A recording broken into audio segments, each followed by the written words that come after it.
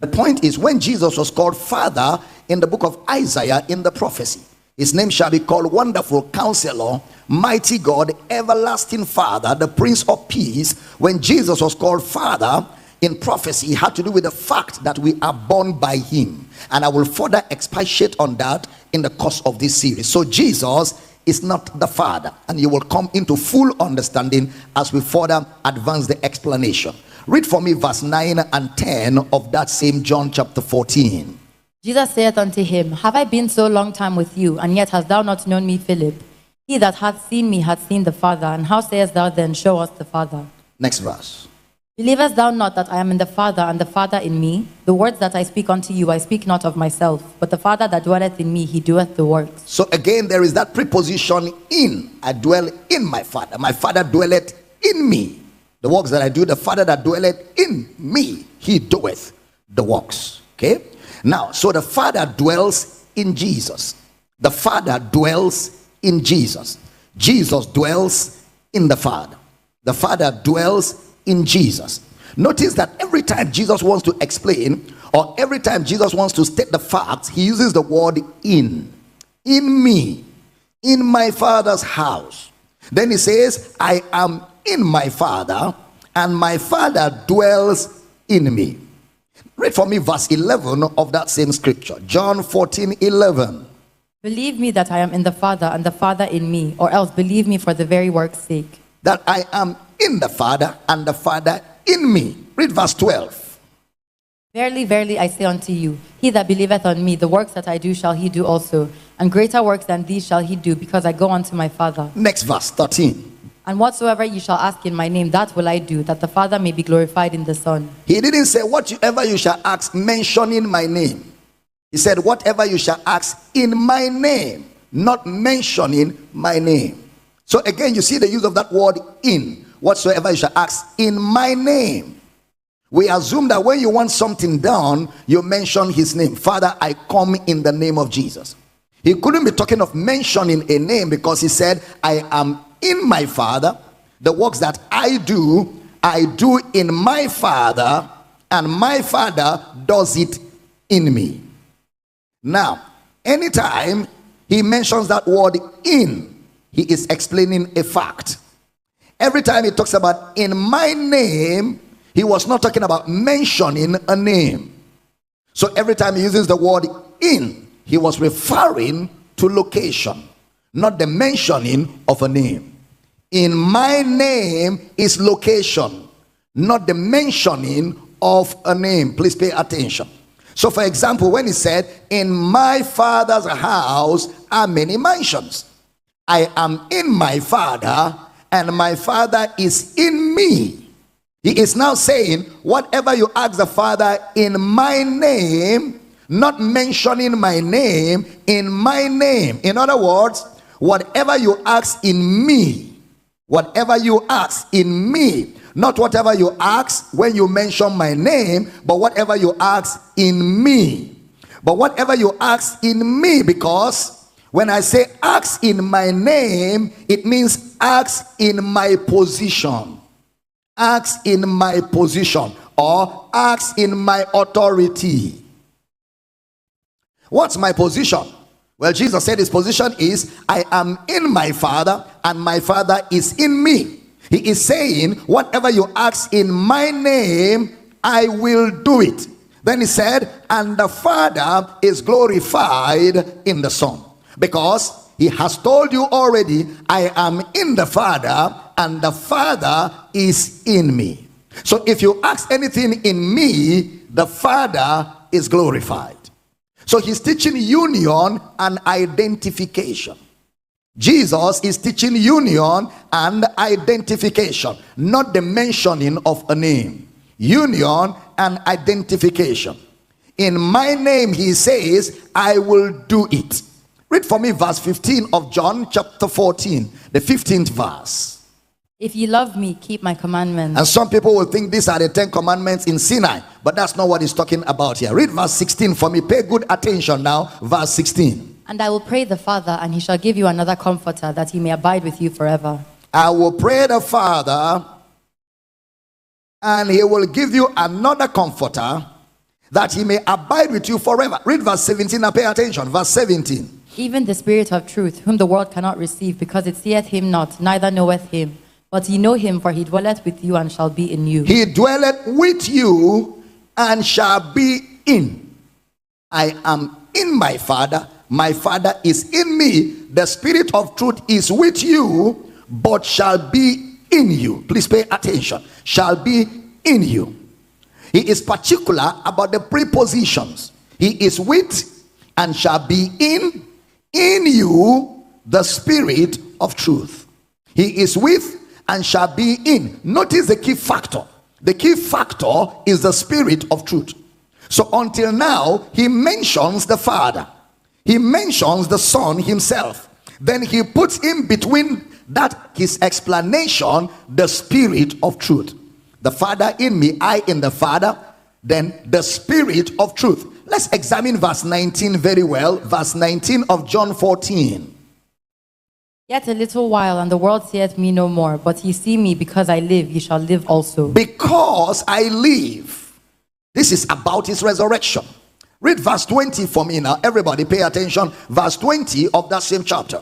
At that day ye shall know that I am in my Father, and ye in me, and I in you. At that day you shall know that I am in my Father, and you in me, and I in you. Now, pay particular attention to verse 16 and 17, which you will read again for me. John 14, 16 and 17. And I will pray the Father, and he shall give you another comforter, that he may abide with you forever. Next verse. Even the Spirit of truth, whom the world cannot receive, because it seeth him not, neither knoweth him. But ye know him, for he dwelleth with you, and shall be in you. And shall be in you. So he says at that day when the Spirit of truth will dwell in you. What will you know? You will know that I am in my Father, you in me, and I in you. You will know in that day when the Spirit of truth shall not just be with you, but shall be in you. So in the Spirit of truth, we are in him. In the Spirit of truth, we are in him. He is in us. In the Spirit of truth, we are in him. He is in us. So the key factor in the explanation that Jesus gives is in verse 16 and verse 17 of John chapter 14. Because the only thing he said that was active is that verse 16 and 17. Every other thing was passive. For example, where I am, you will be. That's passive. Whatever you ask in my name, I will do it. That's passive. Then he says, I will give you another comforter, that he may abide with you forever. That is passive. He is with you and shall be in you. In other words, everything Jesus said from John 14 verse 2 to 20, the indwelling of the Father is the indwelling of the Son, and the reality of the Father and Son is the indwelling of the Spirit. The reality of the Father and the Son is the indwelling of the Spirit. So when he says the Spirit of truth, why did he use the term Spirit of truth? John 15:26. Read for me. John chapter 15 verse number 26. But when the Comforter is come, whom I will send unto you from the Father, even the Spirit of truth, which proceedeth from the Father, he shall testify of me. Even the Spirit of truth, he uses the same term. Why does he use the word truth? Now, when he said truth, the way we think about truth is, truth may mean to us the opposite of a lie. But that's not what he said. What is the truth? The truth is what he says shall happen, or what he says will happen. He says, in my Father's house are many sons. Where I am, you will be also. That is truth.